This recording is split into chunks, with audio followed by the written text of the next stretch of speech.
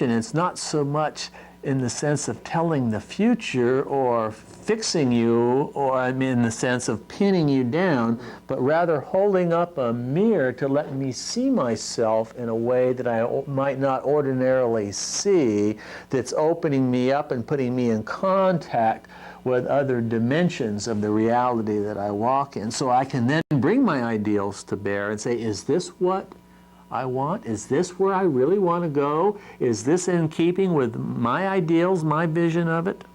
And I say, no, I mean, I don't want to get to the end of the road and say, okay, I got my revenge, and now, you know, I'm lonely at the top. It feels very unfulfilling. You know, I've slain my enemies or what have you, and I feel lonely and sad, and, you know, and now life's over and I'm just ready for it to begin, but hey, heck, this is not what I want. So, you know, I need to look at that and work to make a change, you know, to make a difference.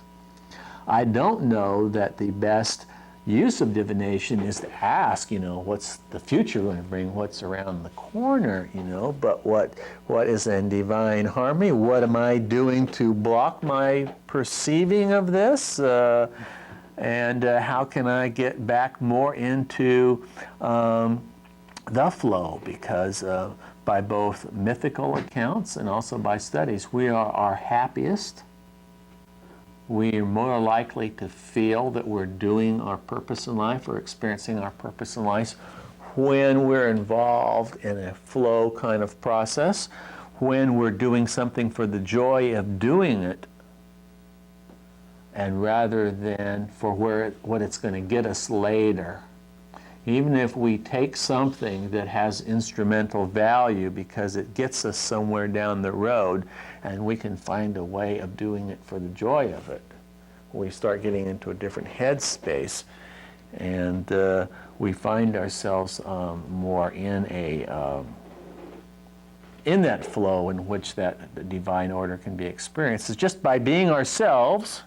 Just by being ourselves spontaneously and naturally, we're being who we're supposed to be, which is that image of paradise, that kind of very innocent, you don't have to plan it, prepare it, what have you. Everybody spontaneously and naturally does just right, just what they're supposed to.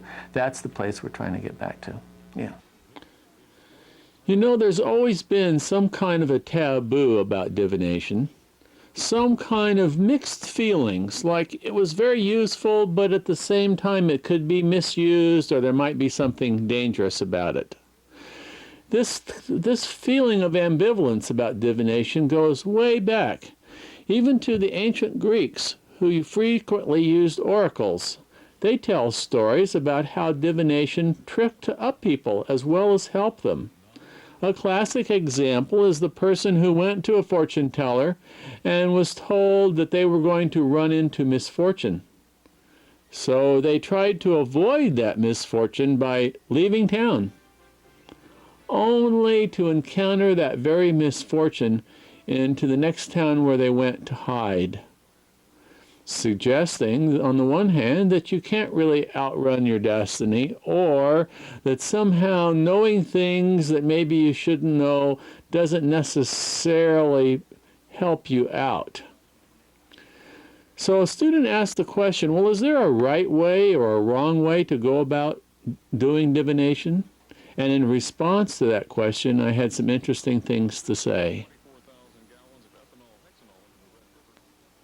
Yeah, I would say a proper way and an improper way would be both one of intention and of method.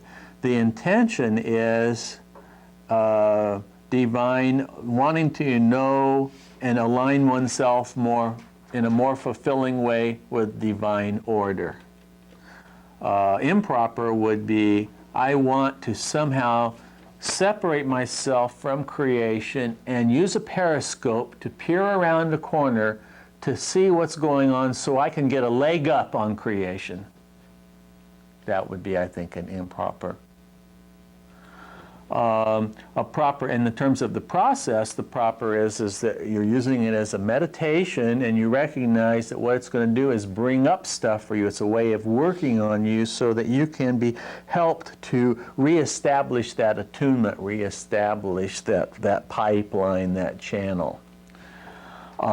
The improper way would be that you're basically a skilled interpreter of signs, and that there are little spirits or demons or gods or whatever are behind the scenes working the signs, and you're reading, and they're in cahoots with you to give you that periscope look into things. I think the image of oneness, the unity, whether it's the unity of the divine order that brings about the reading, or the oracle, or the unity and the oneness of the process of being involved in having it bring things into your awareness, is the high road on divination.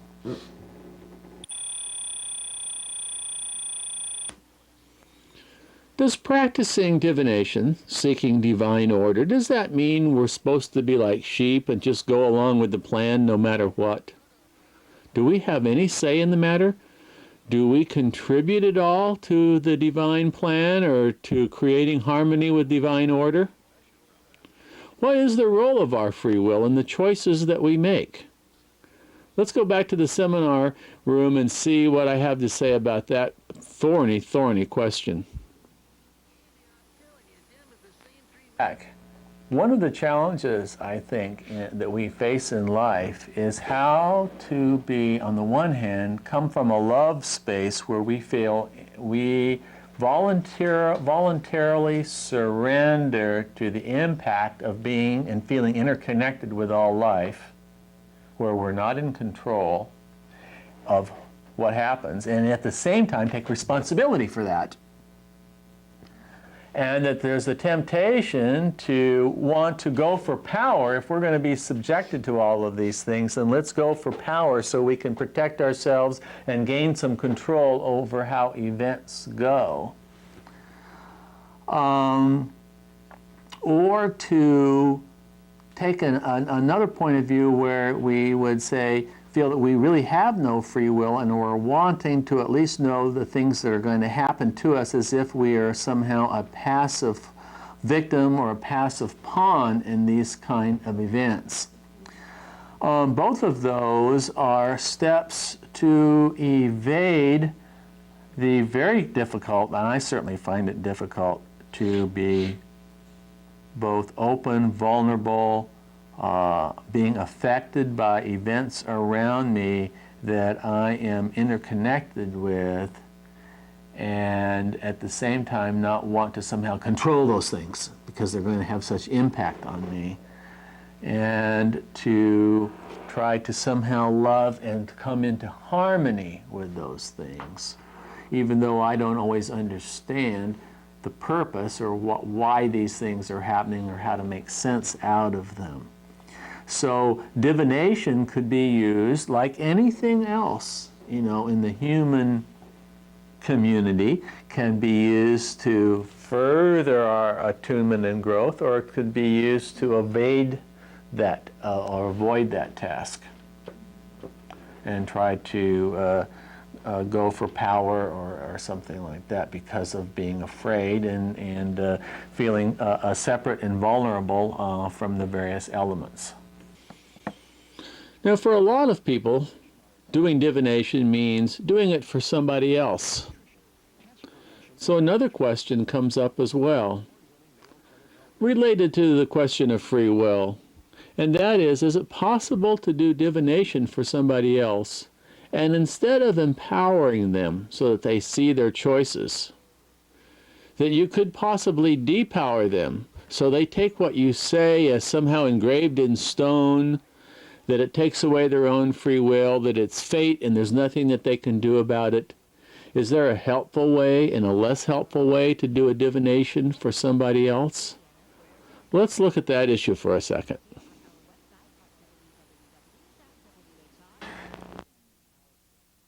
about doing it for oneself, doing it for another person, and the power trip involved, and in the potential in doing that. Which is not the possibility of, by being a reader, you set yourself up as an expert and depower the person that you're reading for, is not limited to divination. That's in